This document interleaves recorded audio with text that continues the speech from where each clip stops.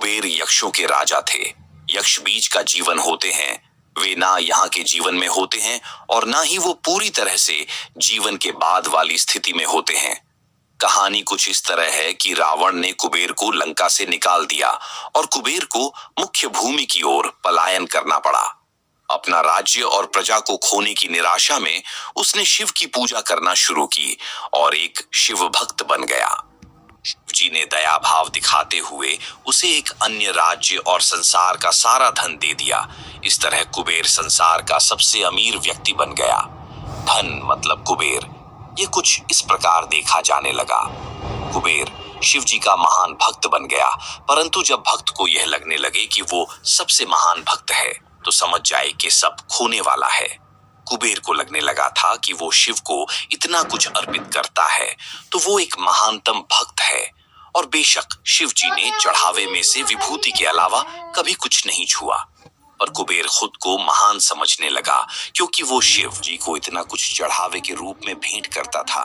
एक दिन कुबेर शिव के पास गए और कहा, मैं आपके लिए क्या कर सकता हूँ? मैं आपके लिए कुछ करना चाहता हूँ।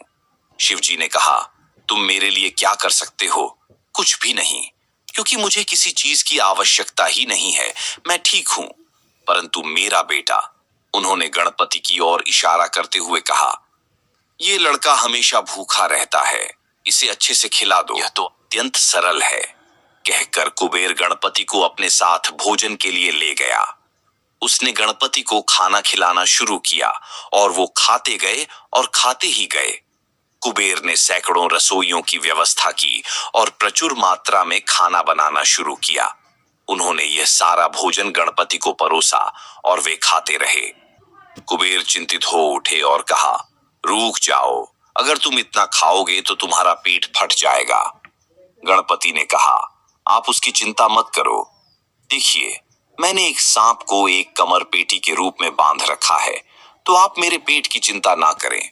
मुझे भूख लगी है, मुझे खाना खिलाए। आप ही ने कहा था कि आप मेरी भूख मिटा सकते हैं। कुबेर ने अपना सारा धन खर्च कर दिया। कहते हैं कि कुबेर ने दूसरे लोगों से भी भोजन मंगवा के गणपति को खिलाया।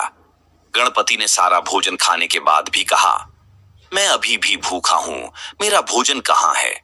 तब कुबेर को अपने विचार के छोटेपन का एहसास हुआ और उसने शिव के सामने झुकते हुए कहा, मैं समझ गया, मेरा धन आपके सामने एक तिनके के समान भी नहीं है।